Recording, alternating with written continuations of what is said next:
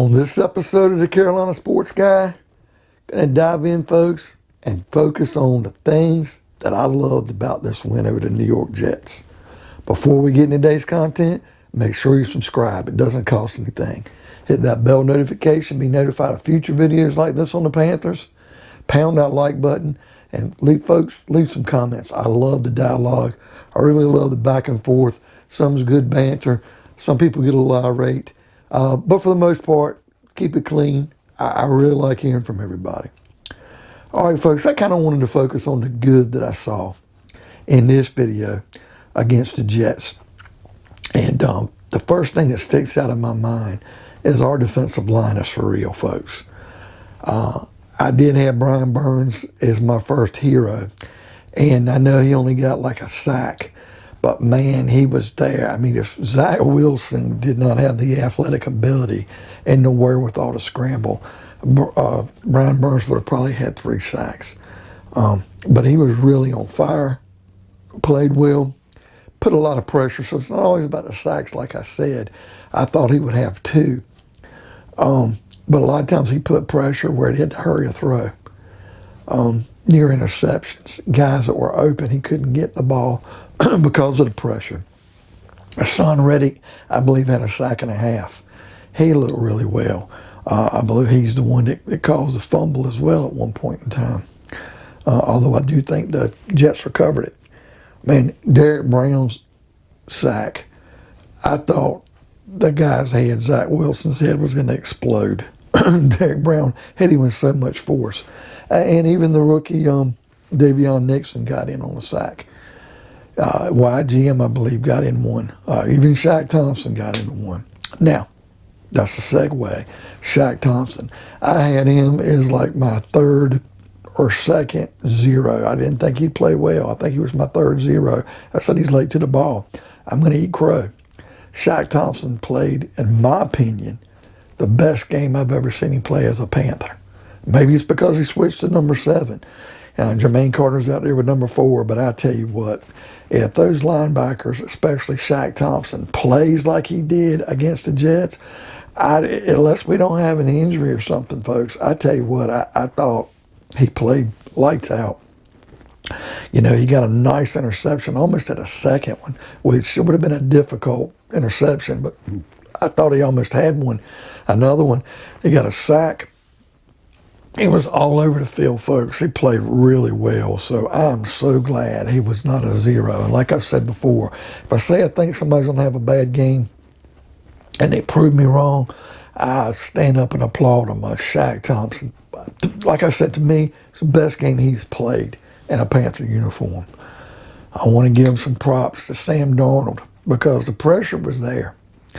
He stepped up in the pocket, could feel the pressure. He only took 1 sack. But man, he did, I'll get into it in another video. He had some overthrows. But man, when he stepped up and around in the pocket and fired that cannon to Robbie Anderson for the touchdown, it was Robbie Anderson's only catch of the day. But man, it was a thing of beauty. And it just opened things up. And it was like, man, that's it. That's what we're looking for. I don't think it's a throw that Cam would have made back in the day. He normally would overthrow, and that's not a knock on Cam. That was one weakness he had. In Bridgewater, I probably would have checked down or took off and run, but I was really happy to see Darnold's performance, and I just thought he did well. Now, I got a double-edged sword here because I'm going to praise the offensive line. In another video, I'm going to individually condemn the offensive line. But I thought they gave Sam Darnold just enough time. We didn't go extremely deep, except for the one where Darnold went to Robbie Anderson, and then Anderson did a lot of the footwork. But he had to step up and around in that pocket and make a nice throw.